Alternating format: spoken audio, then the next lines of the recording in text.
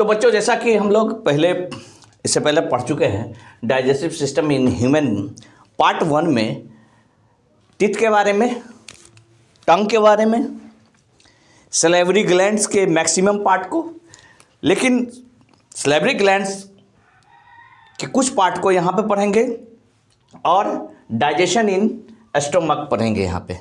तो सबसे पहले चीज़ है सलेवरी ग्लैंड के एडवांटेज के बारे में पढ़ रहे थे।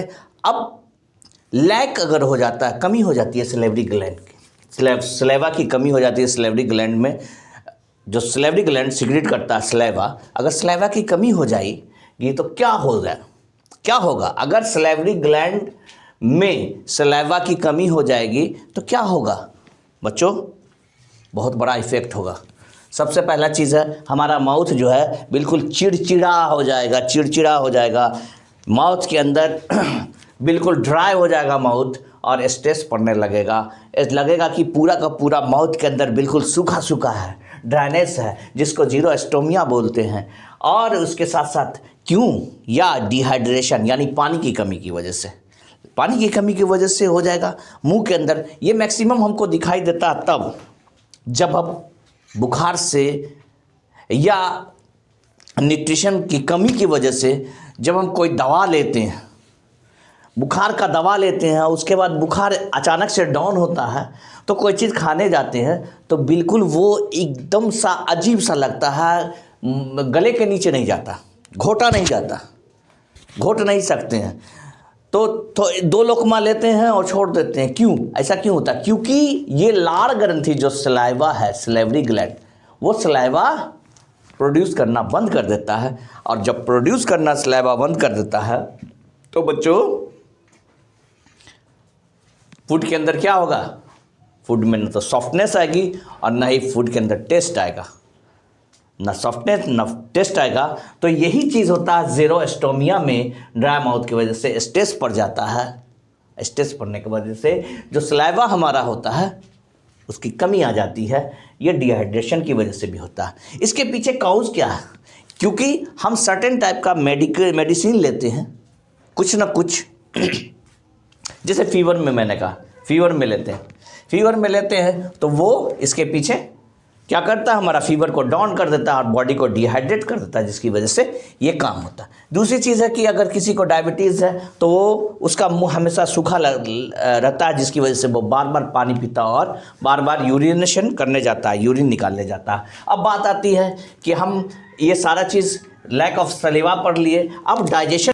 तो बच्चों डाइजेशन इन स्टोमक पढ़ेंगे। स्टोमक में डाइजेशन, क्योंकि हम बक्कल कैविटी यानी माउथ का पार्ट पढ़ चुके हैं, इसके बाद हम डाइजेशन, जब माउथ के पार्ट में हमने बता दिया बार बार आपको टीथ के बारे में, आपको सलेवा के बारे में, आपको टंग के बारे में। ये digestive system in human part 1 का जो हमारा वीडियो है उसमें बताया गया है। अब मैं नेक्स्ट जो आज वीडियो बना रहा हूँ इसमें डाइजेशन इन स्टोमक। तो स्टोमक बेसिकली क्या है? एक सैक लाइक स्ट्रक्चर है, थैला, एक थैला है जो कि क्या होता है, ओएसोफेगस के नीचे होता है और स्मॉल इंटेस्टाइन के ऊपर ये होता है। इसमें क्या होता है कि गैस्ट्रिक ग्लैंड प्रेजेंट होता है, इसमें गैस्ट्रिक ग्लैंड प्रेजेंट होता है। तो गैस्ट्रिक ग्लैंड जो प्रेजेंट होता है ये गैस्ट्रिक जूस को निकालता है। ये गैस्ट्रिक ग्लैंड इसमें पाया जाता है, यानी गैस्ट्रिक ग्लैंड जो पाया जाता है इससे सीक्रेट होता है गैस्ट्रिक जूस।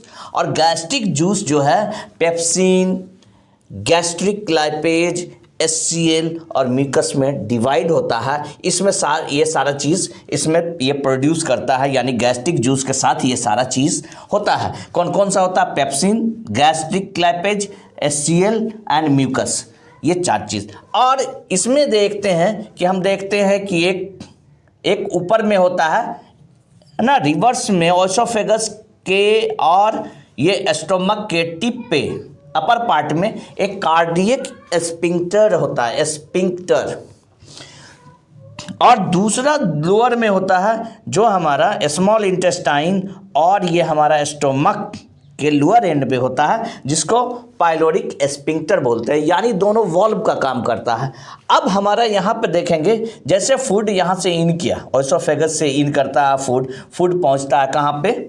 ये स्टोमक में पहुंचता है। स्टोमक क्या होता है, फूड को यहाँ पर पेप्सिन यानी गैस्ट्रिक जूस का एक्शन करता है फूड में। ये हमारा क्या है, बेसिकली एक आग की भट्टी है, हमारा आग की भट्टी है, डाइजेस्टिव सिस्टम का आग की भट्टी, जहाँ पर आग की तरह एकदम बहुत ही हॉट होता है यहाँ पर पार्ट। इसमें गैस्ट्रिक जूस जो होता है, इसमें पेप्सिन जो होता है, पेप्सिन है ना निकलता है गैस्ट्रिक जूस के साथ साथ gastric lipase HCl mucus.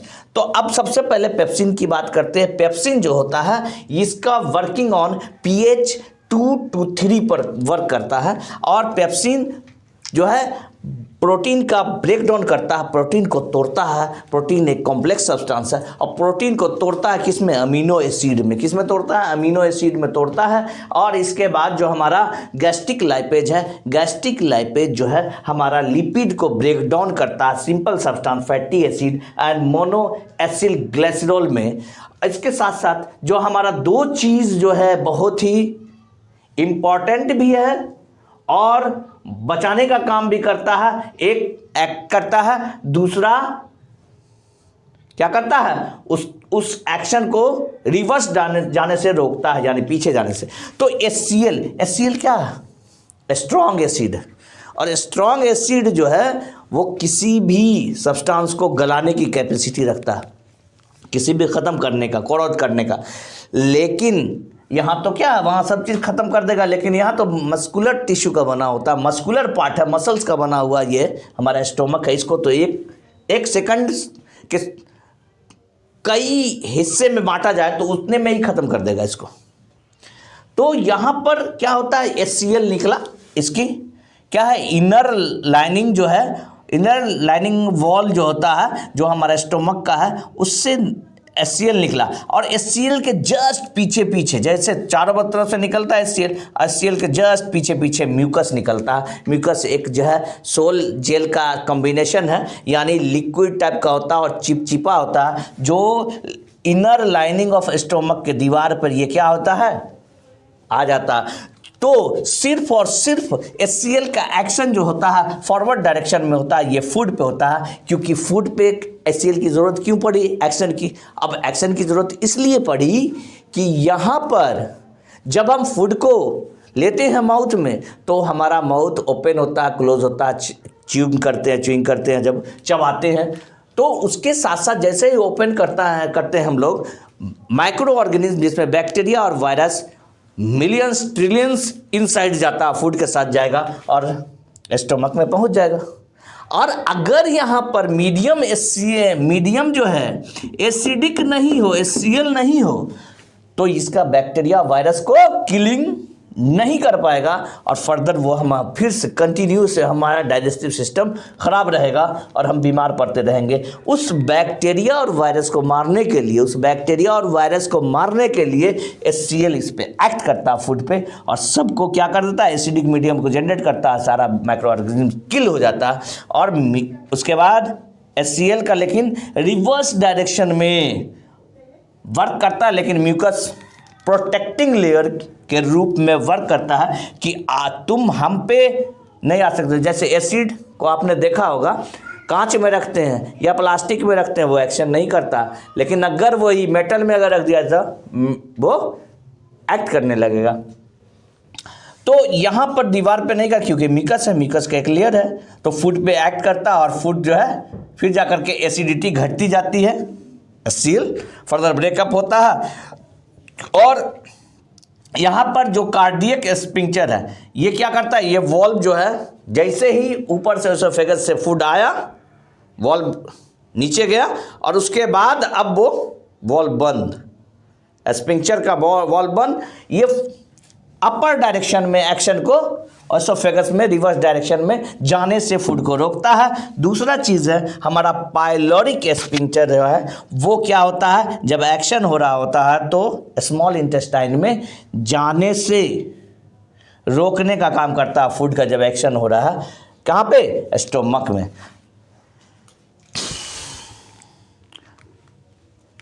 Okay, thank you.